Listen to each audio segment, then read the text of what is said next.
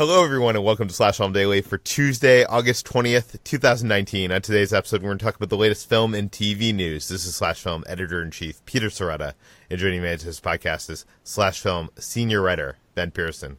Hey, what's going on? And writers Chris Evangelista. Hello. And Hoai-Tran. Hey, everyone. I was so confused. You changed it up. You changed it up on us. I wrote it differently in the doc, and I did not expect that to happen, but it happened. Right. We are moving our Watercooler episode till Wednesday, till tomorrow, because there's a certain movie that Chris and I saw that we could talk about tomorrow that we cannot talk about today. But more on that tomorrow. Let's jump into the news. Let's talk about the new James Bond film. It finally has a title. Chris, what is it? It is No Time to Die, which is actually a pretty cool title, I gotta say. We've been waiting for this. They had that big press conference a month ago, maybe more than 1 month ago, and we all thought that was going to be the big reveal of the title, but they didn't give it a title then, and we've been waiting ever since, and now it officially has a title, and that is No Time to Die. No Time to Die is a very James Bondy title. What does it tell us about this movie? Anything? It tells us that James Bond is a very busy man, and he has no time to die. He's like a freelancer. He's constantly working. He has no time to die. He's like pitching and writing articles. And then I'm guessing Rami Malek's character is going to come up to him and be like, James Bond, do you have time to die? And he's going to throw his hands up and be like, I don't. I'm so busy. He's going to say, I have no time to die, and then he's going to look straight at the camera and wink. I mean, this is written or being punched up by Fleabag's Phoebe Waller Bridge. And so she has a definite experience with that fourth wall breaking. Yeah, that'd be perfect. Yeah. Just him glancing and shrugging, and then the credits roll. It's like a 2-minute movie. But this title isn't a throwback to any of the old films, the books, or anything like that. This is just completely new, right? I believe so, although I'm sure some nerd out there will write in and be like, I'll have you know that blah, blah, blah, blah. Listen, I don't care. That nerd is going to be Jacob Hall, who's a huge fan. That'd be great if we get a mailbag entry tomorrow from Jacob Hall. But okay, let's move on to Marvel. Let's talk about Spider-Man Far From Home, which, hit theaters earlier this summer, but is returning to theaters again because this seems to be like a new Marvel Studios plan of release. Like, it is re-releasing movies in theaters the new like DVD extra features. Like, I mean, with the DVD and Blu-ray market being as, I guess, wiped out as it has been over the past few years, I guess you could look at it that way, that this is just another chance for Sony and Marvel to try to make a little bit more money and squeeze a little bit more out of Spider-Man Far From Home. So it seems like that's what's going to be happening here. An extended cut of this movie featuring 4 additional minutes of a, quote, never-before-seen action sequence is coming to theaters on August 29th, so 9 days from now.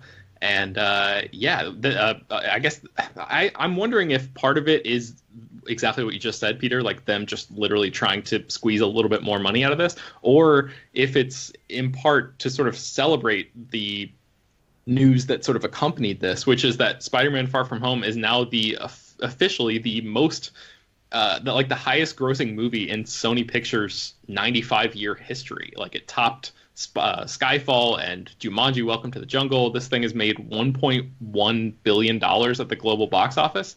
And so I'm wondering if it's sort of like a victory lap sort of situation going on there. We have breaking news here. There's breaking news that's very related to this. Yeah, so it seems like a Disney-Sony standoff has ended Marvel Studio and Kevin Feige's involvement in Spider-Man. So this just hit. What? Yeah. I don't even know what is going on here. I think we need a second to process what is going on. So according to a new Deadline report that broke just now, sources say that there are 2 more Spider-Man films in the works with director John Watts and Tom Holland still attached. But unless something dramatic happens, Kevin Feige won't be the lead creative producer of those movies. this is horrible.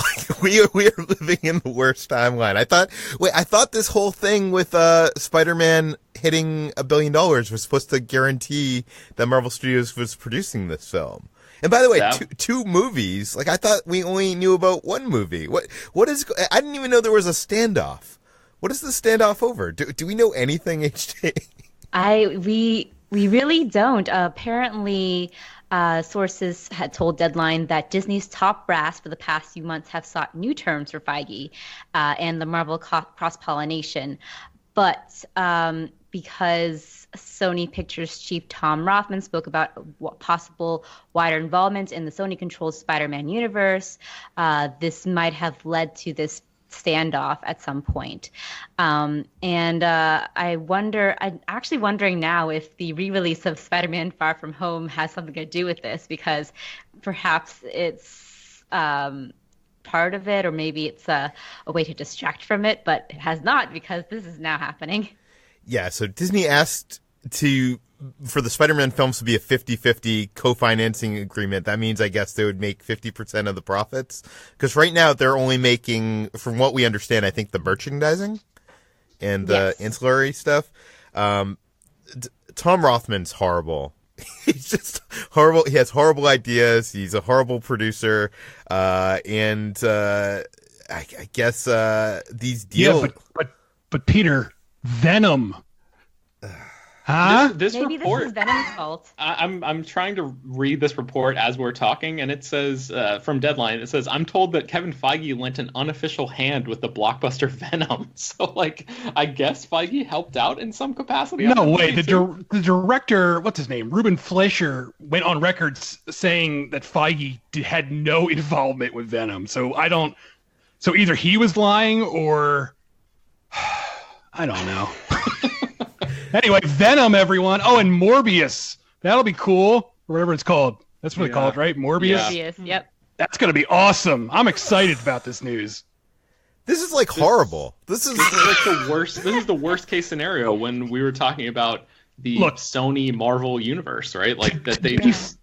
To be fair, Sony did Spider-Man Into the Spider-Verse all on their own, and that was great. That's like, I honestly think that's the best Spider-Man movie, so maybe it won't be so bad. But I think that was in development long before Rothman, and I feel like he couldn't get his hands all over it to ruin it. That's my theory, at least. I don't know. I mean, guys, maybe a deal can be edged out. I mean, if James Gunn can get fired and rehired, maybe this is not the end.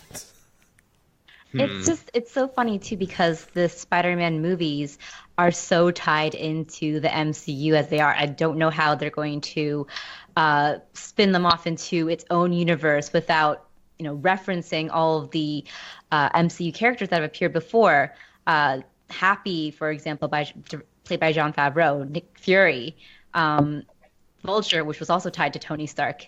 So it's all very confusing. Well, you know what that means, HT. It's Spidey's going to meet up with Venom and Morbius in the next movie, and that's it, because those are the only characters that are going to be established at that point that they're going to have access to. They're going to completely reboot him again, which I honestly would not be surprised if Sony just did that. And they just cast a whole new actor.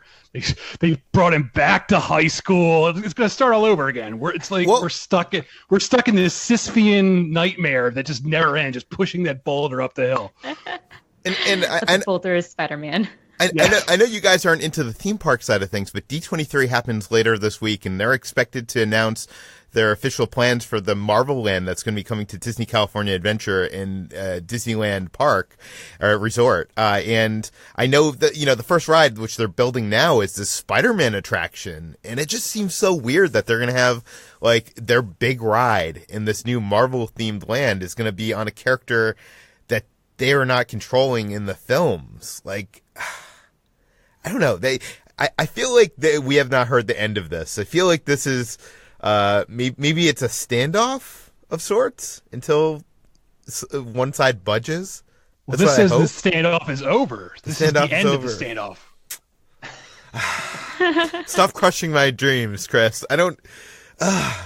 Look, Marvel has enough. They'll be fine. Spider-Man will be fine, Peter. It's okay. Oh, God damn it.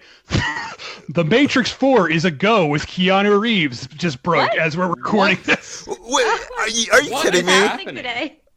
You're kidding. No, this is a real story.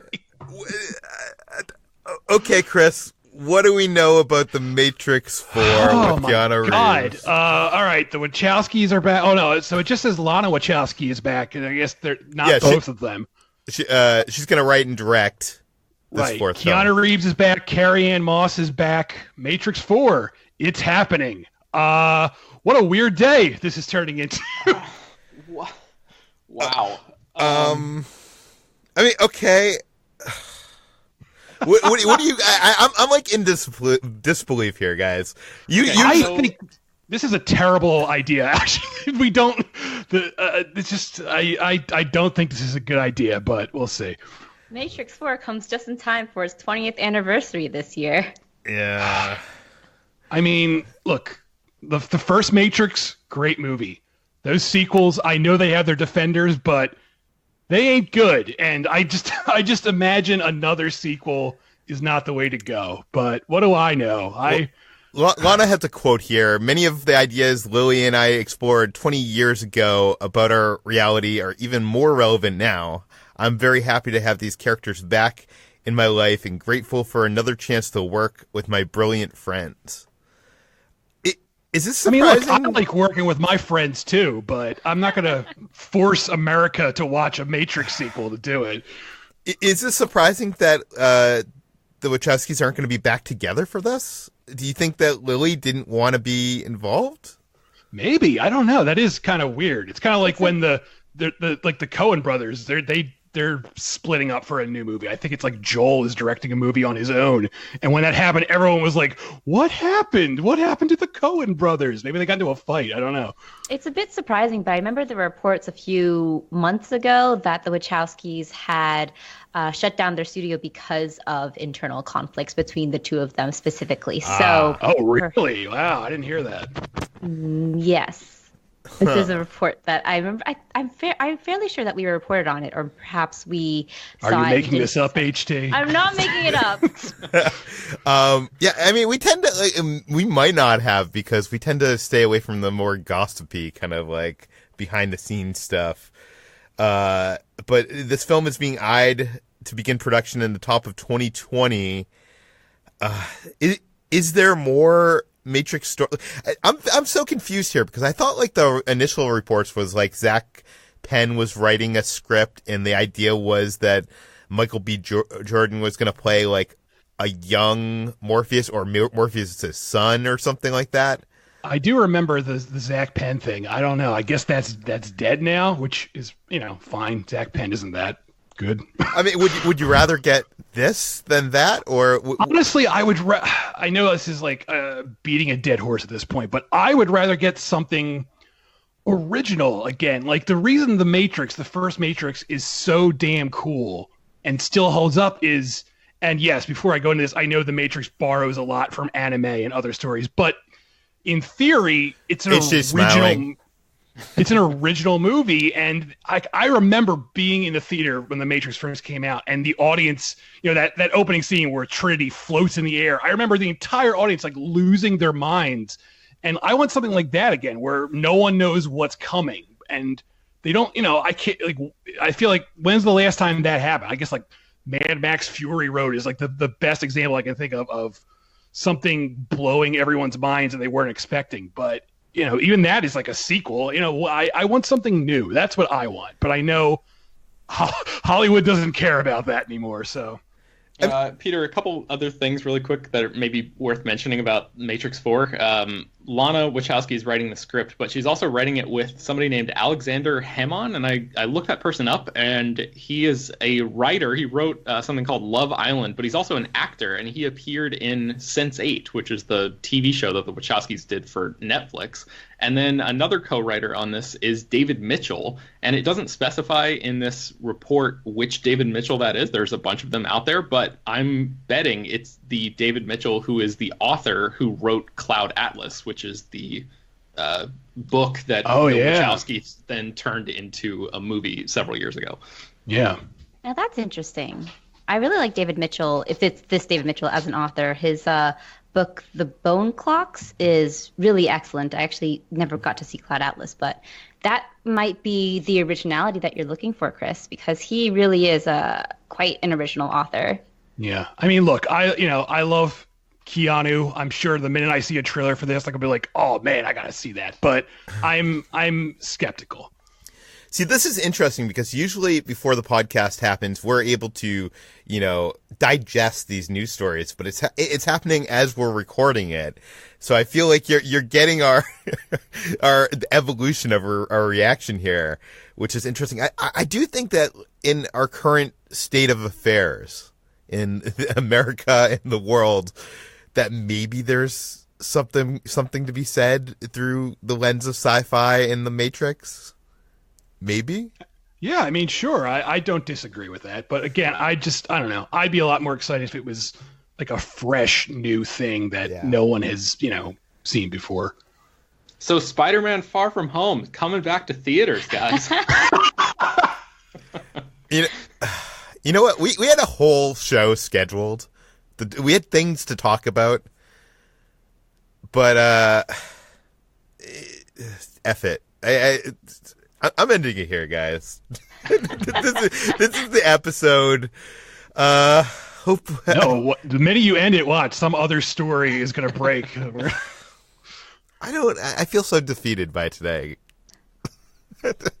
This is exciting. It's exciting breaking news. It's been a while since we've had something like big break. Yeah, Warner Brothers has been talking about doing a new Matrix, for a while. You guys mentioned the Zach Penn thing, but Kevin Tsujihara, the guy who used to be, up until very recently, the head of Warner Brothers, was teasing, more Matrix movies as recently as, like last year, I think. So, this is not, like, the fact that a new Matrix, or actually, that was earlier this year that he said that. So the fact that a new Matrix movie is coming is not surprising. The people that are involved with it actually are, like, Neo and Trinity are back. Like, I sort of was right there with you, Peter. I thought they were just gonna, maybe create a movie set in the same universe, but not bring back any of the major players. And the Wachowskis themselves have been talking about, oh, we're not involved with this, blah blah blah. But I wonder how much of that was just a deception, or if that was actually the case, and maybe Lana just sort of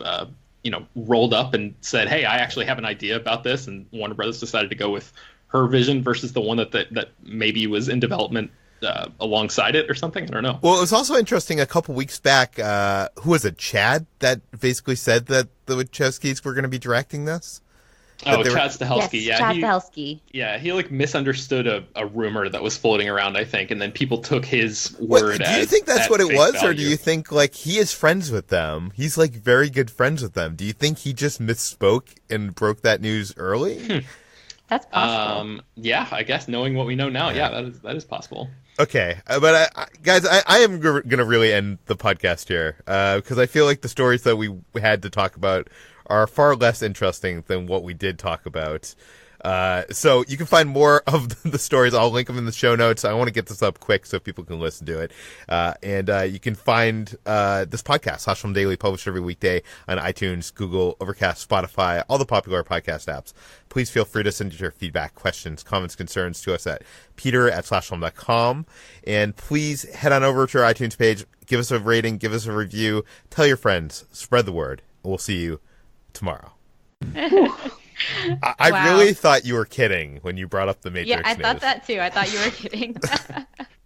No. That was fun. Right. I wish breaking news would happen more while we were recording. Can we just become a real news station? We're just constantly on the air, like CNN. Yeah, I'm being told here. Yeah, coming to you live from all across the nation. We just got to be on Skype for the whole work day, all day. Yeah, we'll just live stream our Slash Film headquarters newsroom conversations. It's just quiet. Those are in. You could do an ASMR version, and then news of it sometimes happens. It's like the occasional cough and a lot of typing noises, and maybe a chuckle here and there at the Slack jokes or something. And then Chris sighing. Yes. And then lots of sighs. And then a news story breaks, and all of us simultaneously are like, "What the fuck?" That's the whole thing.